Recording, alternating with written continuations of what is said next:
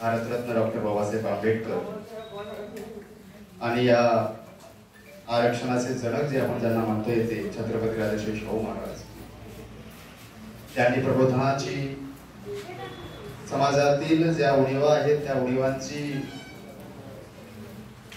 मोठी चळवळ निर्माण केली आणि शिक्षणापर्यंत आपल्याला पोहोचवलं. फुले दाम्पत्य, महात्मा फुले आणि क्रांतीज्योती सावित्रीबाई फुले आणि हिवर समाजालाच नव्हे तर मासेमारी करणाऱ्या सर्व तत्सम जातींना समाजाला ज्यावेळी आरक्षण नव्हतं त्यावेळी त्या समाजाला कुठेतरी विकासाच्या पहिल्या पायरीवर पोहोचवण्याचं काम ज्यांनी केलं ते स्वर्गीय मत्स्य सहकार महर्षी स्वातंत्र्य सेनानी स्वर्गीय जयंतरावजी बर्वे या सर्व स्मृतींना मी या ठिकाणी अभिवादन करतोय, प्रणाम करतोय. आणि या मंचावर आमचे अखिल हिवर समाज विकास समिती आणि अत्यंत दांडगा असा सामाजिक अनुभव ज्यांना राहिलेला आहे ते आमचे ज्येष्ठ मार्गदर्शक, आजच्या कार्यक्रमाचे अध्यक्ष प्राध्यापक सेवानिवृत्त आत्ताच या मागच्या वर्षी झालेत आणि त्यांनी संपूर्ण पूर्णवेळ समाजापर्यंत देण्याचा निश्चय या ठिकाणी केलेला आहे. ते आमचे मार्गदर्शक आदरणीय जनार्दनजी नागपुरे सर, सोबतच आमचे सहकारी, आमचे मार्गदर्शक श्री मेश्राम सर, त्या ठिकाणी लाकडीवरून आणि मुरगावरचून आणि काही तालुक्यातले पण लोक या ठिकाणी आहेत. त्या सर्वांचं माझा नमस्कार आहे. आणि तसेच या ठिकाणी कार्तिक भाऊ मेश्राम, हर्षलजी मेश्राम, हर्षलजी वाघमारे म्हणजे चाचेले सर, त्यांचा वाढदिवस या ठिकाणी आपण केलेला आहे. नागपुरेजी आहेत, आमचे सहकारी जे या समितीचे कोषाध्यक्ष आहेत ते डॉक्टर माधवण वानकर सर आणि आमचे लाखणी येथील आमचे मार्गदर्शक, आमचे मोठे बंधू रणजी नन्हे, आणि आज त्यांची तब्येत या ठिकाणी बरी नाही आहे पण ते आज उपस्थित राहिले या समितीचे सचिव आमचे गोविंद भाऊ मकरे, आणि या अखिल हिवर समाज विकास समितीचे सदस्य म्हणून या पवनीचं जे नेतृत्व करत आहेत आणि ते या सोसायटीचे अध्यक्ष आहेत ते प्रकाश भाऊ पचारे, समोर बसलेले आमचे राजकुमारजी पचारे, आमचे भाऊजी याच तालुक्यामध्ये आहेत, कांबळेजी या ठिकाणी आहेत मोहरीवरून, या संस्थेचे उपाध्यक्ष शिवरकरजी या ठिकाणी बसलेले आहेत आणि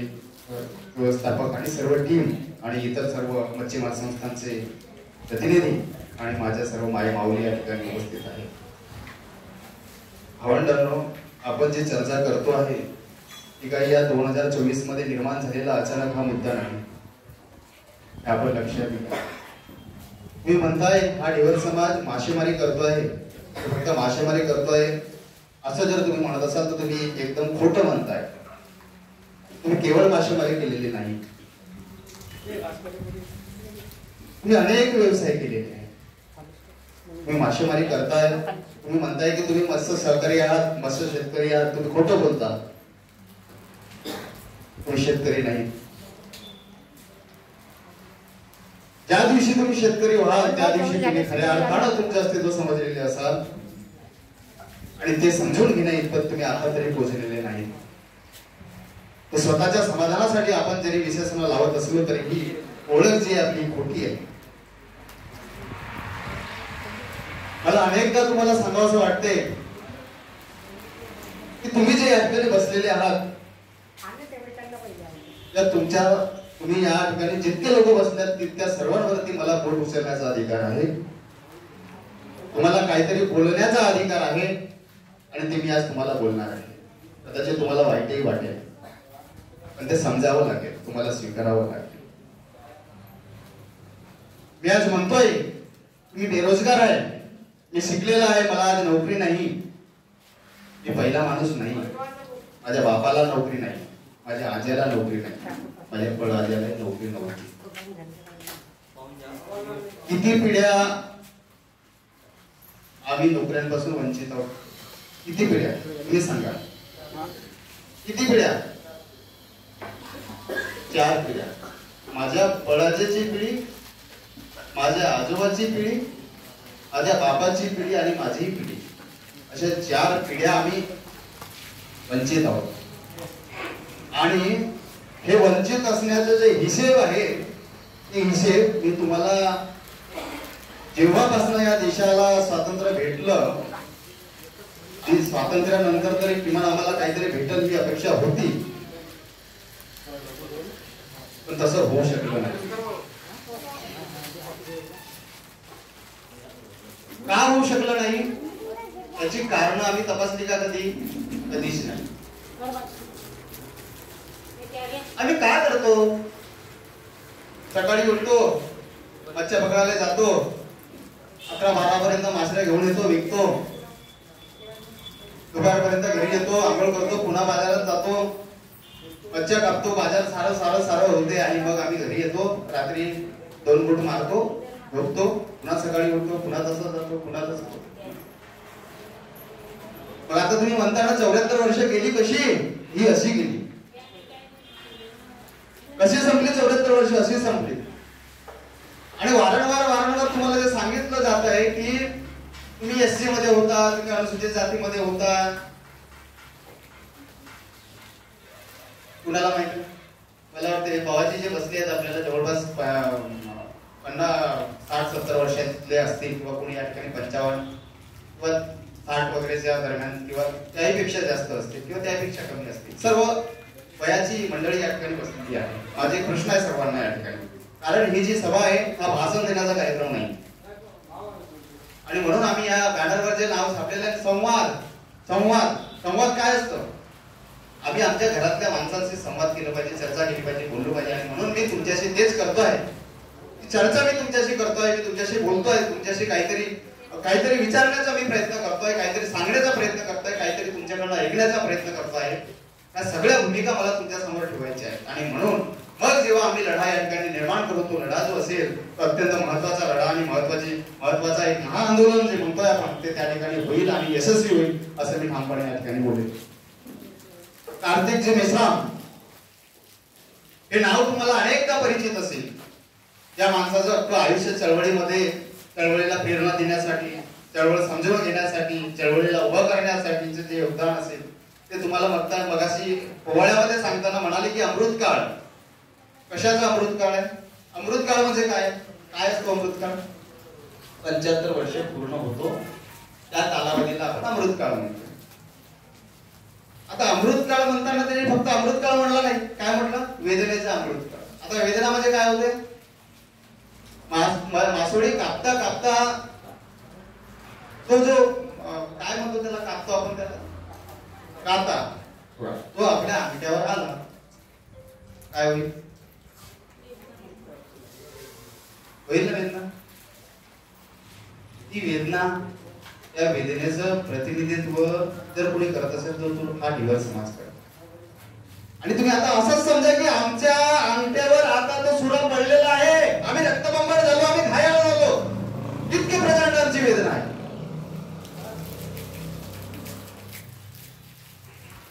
मला सांगा बांधवांनो, तुमच्या नावावर 5 एकर जागा आहे आणि तुमच्या मोठ्या भावाने काय केलं?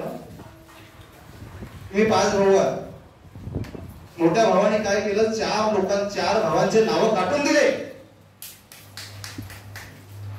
एकटाच सातबाऱ्यावर. काय होईल त्या 4 लोकांचं? काय होईल? भूमिहीन होतील. भूमिहीन होतील. आणखी काय होतील? त्या अधिकारापासून वंचित होतील ना ते, होतील की नाही? आपल्या बाबतीत असंच झालं, समाजाच्या बाबतीमध्ये. हे कधी झालं? 50 ला, ज्यावेळेस या देशाचं संविधान निर्माण होत होतं त्यावेळेस झालं. आणि याचा हिशेब आम्ही 75 वर्षानंतर करतोय, म्हणजे 2023 मध्ये. किती लोकांना माहित आहे तुम्ही शेड्यूल कास्ट मध्ये होता, तुम्ही अनुसूचित जातीमध्ये होता? तुमच्या पोरांना माहित आहे? बरं आता कुठे आहे हे तरी माहिती आहे का? आता कुठे आहात? आता कुठल्या कॅटेगरीमध्ये आहात?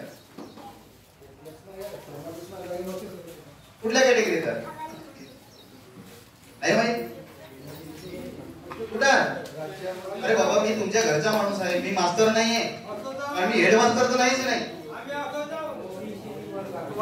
राज्यामध्ये भटके आणि केंद्रामध्ये ओबीसी, म्हणजे राज्यामध्ये भटके विमुक्त आणि केंद्रामध्ये ओबीसी. आता ओबीसी आलं कुठं? ओबीसी आलं कुठं? काय असतं ओबीसी? भारताच्या संविधानामध्ये आरक्षण देणारे 3च आर्टिकल आहेत, 3च कलम आहेत. असं लक्षात घ्या. एक तर 340 जे आपण ओबीसी साठी म्हणतोय, 341 अनुसूचित जातीसाठी आणि 342 अनुसूचित जमातीसाठी. या 3 कलमांच्या व्यतिरिक्त 4थी कलम आरक्षण देणारे नाही. बोला संविधान जाऊन पहा, वाचा. आणि मग त्याच संविधानाचं आर्टिकल 16 असं म्हणतं की जात, धर्म, लिंग, वंश अशा कुठल्याच कारणावरून तुम्ही त्या माणसाला वंचित ठेवू शकत नाही. त्याला त्याच्या विकासापासून, त्याच्या अधिकारापासून तुम्ही वंचित ठेवू शकत नाही, असं देशाचं संविधान म्हणतं. किती लोकांना माहित आहे. आणि मग हे आम्हाला देतात ना, घरकुल घे, पाणी घे नळाले, हा कंट्रोलचा दाना घे, हे काम म्हणतात. कारण संविधानानं सांगून ठेवलं इथल्या प्रत्येक माणसाला तुम्हाला द्यावं लागेल. इथल्या प्रत्येक माणसाचं मूलभूत अधिकाराचं, त्याच्या जगण्याचं, मरण्याचं, राहण्याचं सारं करावं लागेल. आणि म्हणून तुम्हाला राशन भेटतं फुकटा. अरे तुम्ही मालक आहे देशाचे, ही जमीन तुमची आहे. मग 7 तुमच्या नावावर नाही तर पाकिस्तानच्या नावावर झालं पाहिजे.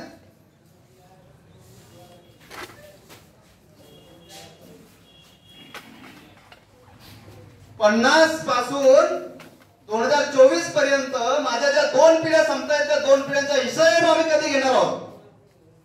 आज आमचा एकही पोरगा कलेक्टर नाही, एकही पोरगा तहसीलदार नाही, एकही पोरगा साधा व्हिडिओ नाही. आणि तुम्ही ज्या माश्रे मारता त्याचे आयुक्त आहे का? एखादा आयुक्त का मत्स्य अधिकारी आहे का? आहे का एखादा मत्स्य अधिकारी, मत्स्य विकास अधिकारी, एखादा मत्स्य संशोधक आहे? मासेवर संशोधन करणारा पोरगा आहे का आपला अजून? मग काय केले तुम्ही? मासळ्या मासोळ्याच कापल्या. फक्त मासोळ्यावर बोलतो मी बांधवांनो, लक्षात घ्या, मी अजून डुकरापर्यंत पोहोचलो नाही.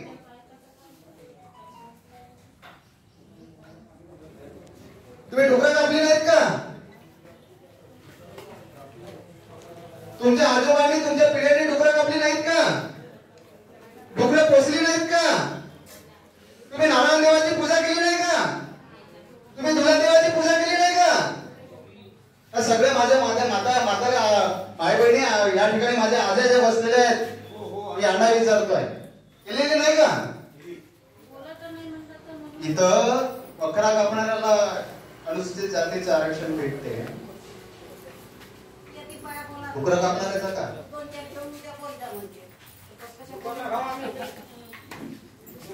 तुम्हाला वाटते एवढा मुद्दा सोपा नाहीये. तुम्ही तुमचा हासा करून घेतलेला आहे, तुम्ही तुमची मजा करून घेतलेली आहे. आता मला बोलायचं, माझ्या आजोबा जे पण या ठिकाणी बसले त्यांचं प्रत्येकांची मी चर्चा करणार आहे. आम्ही ज्यावेळेस तुम्हाला सांगतो, ज्यावेळेस आम्हाला प्रपोजल तयार करायचं होतं, मोठं प्रस्ताव जेव्हा तयार करायचं होतं, जवळपास 300 पानांचा प्रस्ताव. आणि मग आम्ही हा प्रस्ताव तयार करण्यासाठी काही एका दिवसात झालेला नाहीये. 6 ते 7 महिने लागले. 6 ते 7 महिने. एक साधं निवेदन करायला जर 6-7 महिने लागत असतील, विचार करा आम्ही काय केलं असं. आमची माणसं डुकरं पाळतात का? डुकरं पोसतात का? हे पाहण्यासाठी सकाळी पहाटे 5 वाजे आम्ही निघालो देवरी सारख्या ठिकाणी. आणि त्या ठिकाणी जेव्हा आम्ही पाहिलं, त्या ठिकाणी आमची माणसं भेटली डुकरं पाळणारी, ज्यांच्या ठिकाणच्या खुट्ट्या ज्या म्हणतोय आपण. किती लोकांना माहिती आहे खुट्ट्या?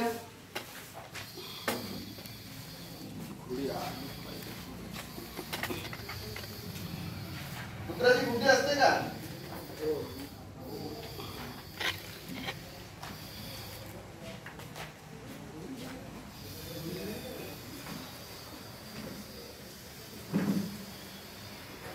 हे डुकरं पाळणारी आमची सगळी बांधव.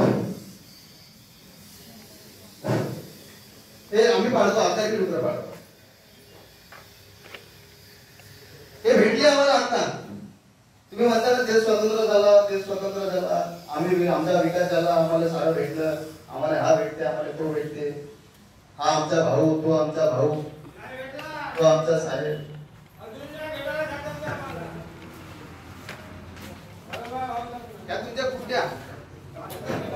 नाहीये, त्याला माझ्या समोर दाखवतो. या कुठे आहेत आपल्या सगळ्या.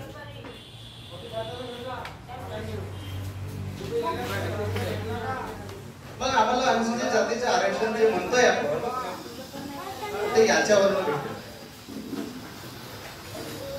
जेव्हा 50ला या देशात संविधान नव्हतं, हा देश स्वतंत्र नव्हतं,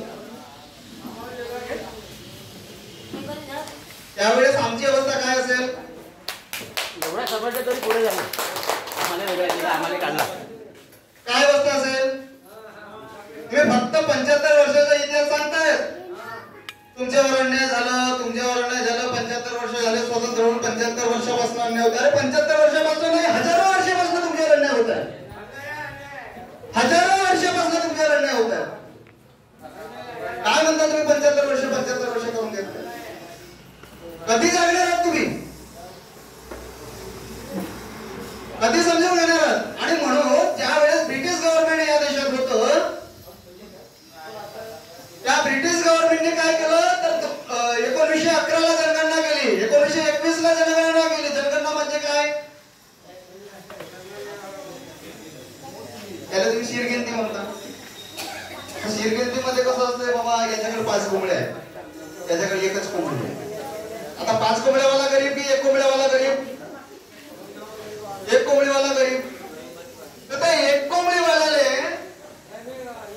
2 किलो राशन जास्त दिलं पाहिजे, असं जाणं तो सगळ्याकडे. आणि काय मग ते होतं की जेव्हा एखाद्या कमजोर माणसाला काहीतरी देण्यासाठी काहीतरी केलं जातं, हे कोण करतं? तर ती सरकार करतं, ती यंत्रणा करतं. ती कशासाठी करतं की या देशातला जो कोणी घटक असेल, या देशातला जो कोणी व्यक्ती असेल, त्याचा अधिकार, त्याला काहीतरी पुढे यावं, त्याचा विकास व्हावा, यासाठी ते दिलं जातं. मग या देशामध्ये काम करणारी सरकार असेल, या राज्यामध्ये काम करणारी सरकार असेल, ती जर आम्हाला राशन देत असेल, ती जर आम्हाला घरकुल देत असेल, तर ती काही वेगळं करते का? अरे करावंच लागणार आहे त्यांना. तो अधिकारच आमचा आहे. हे मी तुम्हाला याच्यासाठी सांगतो आहे की मग आपल्याला आरक्षणाच्या मुद्द्यावर यावं लागतं. आणि जेव्हा आपण म्हणतोय की आम्ही 1936 ला जे पहिली यादी तयार झाली शेड्यूल कास्टची, त्या पहिल्या यादीमध्ये हा आमचा समाज समाविष्ट आहे. आणि मग पहिल्या यादीमध्ये जर तो समाविष्ट असेल तर मग 1950 ला जे देशाचं संविधान झालं, त्या देशाच्या संविधानामध्ये जी कुठली अनुसूचित जातीची यादी तयार झाली, त्याच यादीमध्ये 1936 ला जी यादी तयार झाली, तीच यादी तशी घेण्यात आली.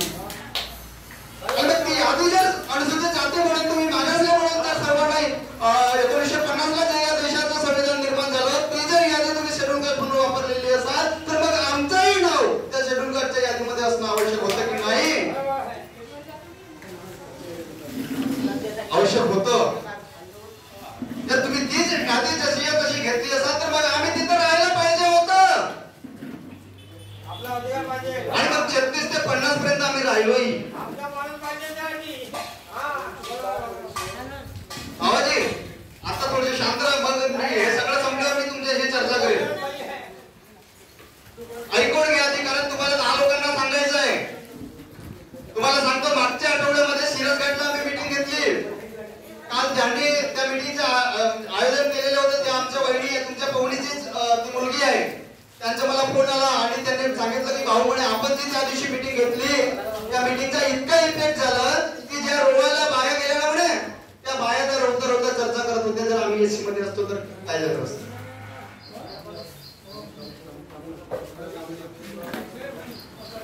ती बांधवांनो, माझी आग जी आहे ना, ही जेव्हा समजेल तेव्हा तुम्हाला तुमचा अधिकारच कळेल. आणि मग आम्ही काही चुकीचं मागत नाही, आम्ही काही नव्यानं आम्हाला आरक्षण द्या आम्ही असं म्हणत नाही. आमचं जे होतं तेच आम्हाला द्या ना, आमचं जे होतं तेच आम्हाला द्या. एवढं जर मला तुम्हाला सांगण्यासाठी अडचणी निर्माण होत असतील तर मग मी कोणाशी चर्चा करू, कोणाशी करू? या समाजामध्ये काम करणाऱ्या 75 वर्षामध्ये अनेक संघटना झाल्या, कुणाच्याच लक्षात आलं नाही.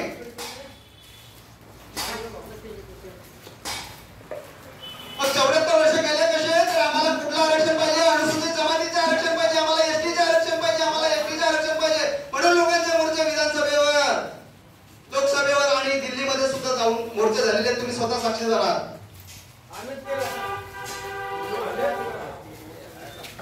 तुम्ही स्वतः साक्षीदार आहात.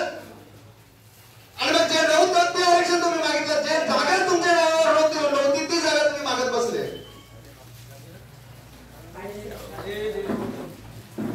आणि मग 74 वर्षाचा हिशेब जो आहे ना तो कसा गेला मग आपल्याला कळतं. मग आता मी हे तुम्हाला हेही सांगितलं पाहिजे की याने अनुसूचित जमातीचं आरक्षण का मागितलं, हाही गोंधळ मला तुमचा दूर करावा लागेल.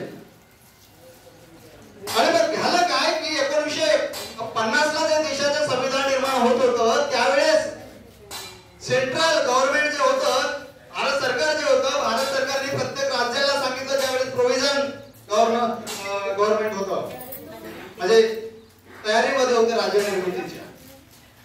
आणि त्या प्रोव्हिजन कडनं शेड्यूल कास्ट आणि शेड्यूल ट्राईबची लिस्ट मागितल्या गेली. आणि ती लिस्ट मागवताना जो आपला भाग होता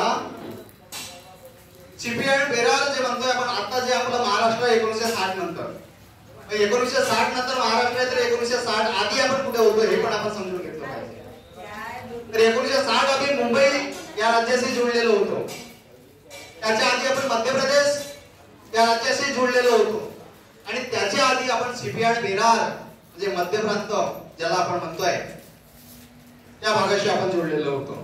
असे 3 ते 4 राज्याशी या भंडारा जिल्ह्याचा संबंध आलेला आहे. किती लोकांना माहिती आहे हे समजून घ्यावं लागेल. आणि या 3 ते 4 राज्यात जेव्हा आपलं येणं जाणं झालं, या सगळ्या गोंधळामध्ये आपली देखील फजिती झाली. आणि मग तुमचं जे 50 ला आरक्षण निघालं ते का निघालं हे मी सांगितलं पाहिजे. हर्षल लक्ष द्या. आम्हाला काही दिवसांमध्ये तुमच्यातले फार चांगले उपद्रवी मूल्य जे आहेत ते आमच्या निदर्शनास आलेली आहेत आणि आम्ही तुम्हाला सोडणार नाही.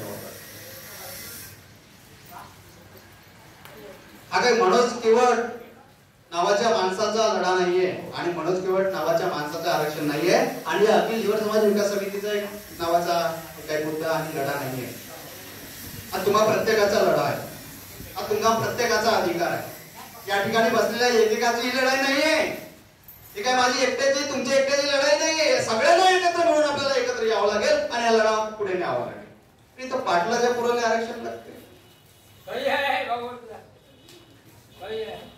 इथं पाटलाच्या पुरवले आरक्षण लागते. आम्ही तर भिकार चढलो काय आमच्या घरी काय आहे.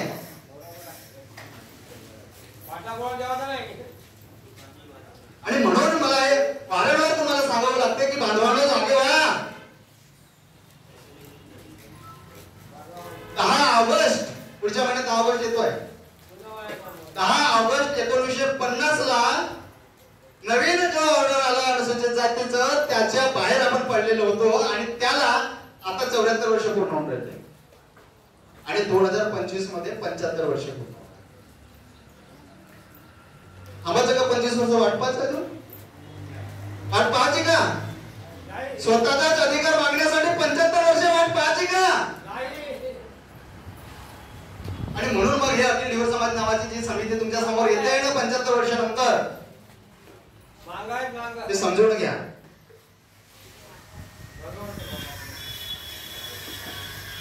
अखिल दिवस समाज विकास समिती काय तर तुम्हाला सांगतोय. ऑल इंडिया ढिवर महासभा नावाची एक संघटना ही 1949 ला तयार झालेली होती आणि त्या महासभेने काय केलं 2 दिवसाचं अधिवेशन केलं आणि त्यांनी त्या अधिवेशनामध्ये 5 ते 6 मुद्दे पारित करून घेतले की या हा जो ढिवर समाज आहे आणि याला अनुसरून ज्या काही तत्सम जमाती आहेत अशा 15 ते 16 जाती हा एकसारखे व्यवसाय करणारे आहेत, एकसारखे जीवन जगणारे आहेत, यांची संस्कृती यांचं राहणीमान यांच्या जीवनाच्या पद्धती आहेत एकसारखे आहेत आणि यांची जी संख्या आहे ती देशात 5 कोटी आहे असं त्यांनी त्या 2 दिवसाच्या अधिवेशनामध्ये सांगितलं होतं. 6 जून 1949 ला आणि 7 जून 1949 ला जवळपास 5, 6, 7 असं ते 2-3 दिवसाचं अधिवेशन होतं. आणि त्या अधिवेशनामध्ये हा जो मासेमारी करणारा ढिवर समाज आणि तत्सम समाज आहे हा समाज शैक्षणिक दृष्ट्या, सामाजिक दृष्ट्या, आर्थिक दृष्ट्या मागास आहे आणि म्हणून हा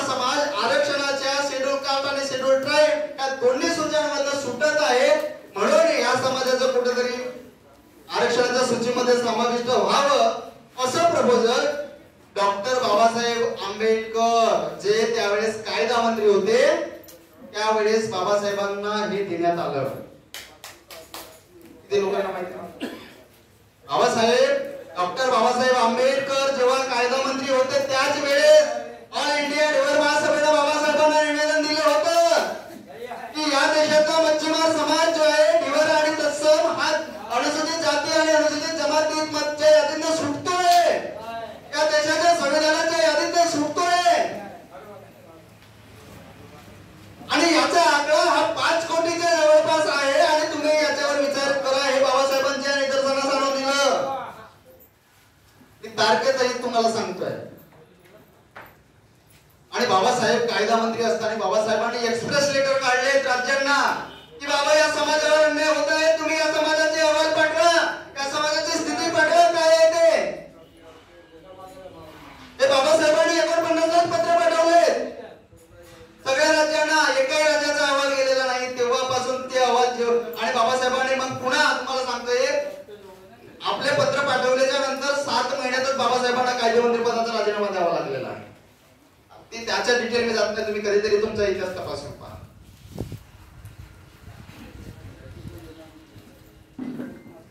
जर बाबासाहेबांची गोष्ट हा देश ऐकत नसेल, बाबासाहेबांच्या पत्राचे उत्तर हे राज्य देत नसतील तर मग बांधवांनो तुम्हाला तुमच्या अधिकारासाठी रस्त्यावर उतरावं लागेल. ही बाबासाहेबांची लढाई तुम्हाला पूर्ण करावी लागेल.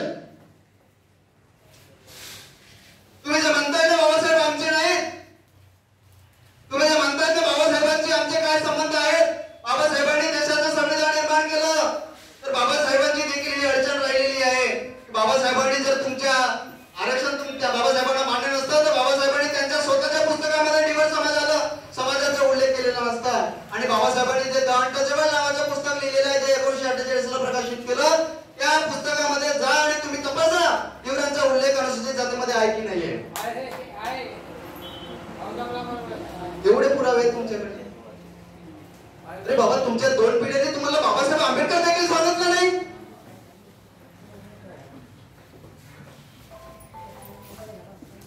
एवढे अडाणी होते ते. आम्ही तर प्राचार्य होते, प्राध्यापक होते, मास्तर होते, या सोसायटीचे अध्यक्ष होते, त्या सोसायटीचे अध्यक्ष होते, तिथले मेंबर होते, इथले मेंबर होते, या पक्षाचे नेतृत्व करणारे होते, त्या पक्षाचे नेतृत्व करणारे होते, सामाजिक कार्यकर्ते, फुकटच्या डिग्र्या.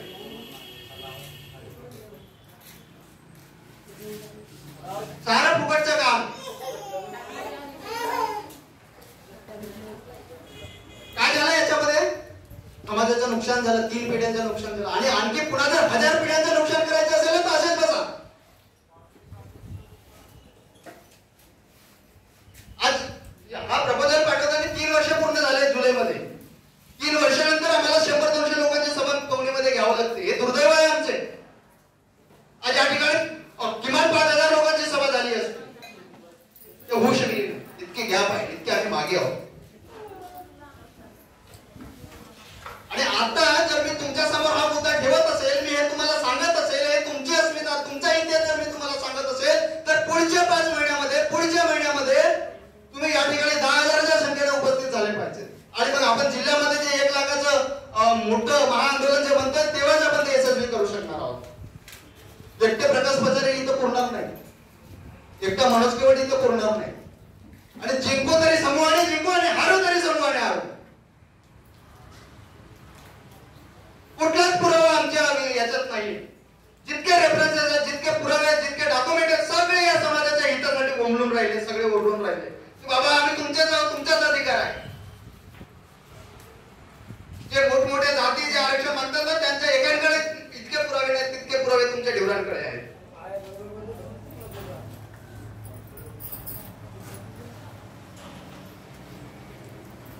तुम्हाला सांगतोय बांधवांनो, तुम्ही कितीही मोठे झालात स्वतःच्या ताकदीवर, तुमची पोरं पीजी शिकले, उच्च शिक्षित झाले, तुम्ही घर बांधले, इमारती बांधल्या, 2, 3, 4 मजले चढवले, आणि जर तुम्हाला अधिकारच नसतील ना त्याला काही किंमत नाही, काही अर्थ उरणार नाही.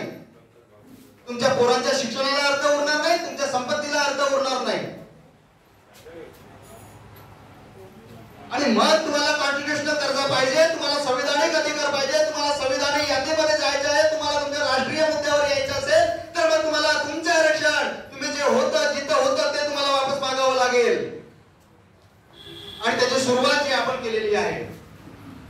या देशाच्या संविधानानं जे राष्ट्रीय आयोग तयार केलेला आहे अनुसूचित जातीचं, त्या आयोगाला जे आपण पत्र दिलेले आहे त्या आयोगाने महाराष्ट्र राज्याला पुन्हा विचारलेलं आहे की बाबा काय या समाजाचं काय. एका पत्रात महाराष्ट्र गव्हर्नमेंट मांडलेलं आहे, दुसरं रिमाइंडर पाठवलेलं आहे स्मरणपत्र, अजून आम्हाला अहवाल प्राप्त झालेला नाही.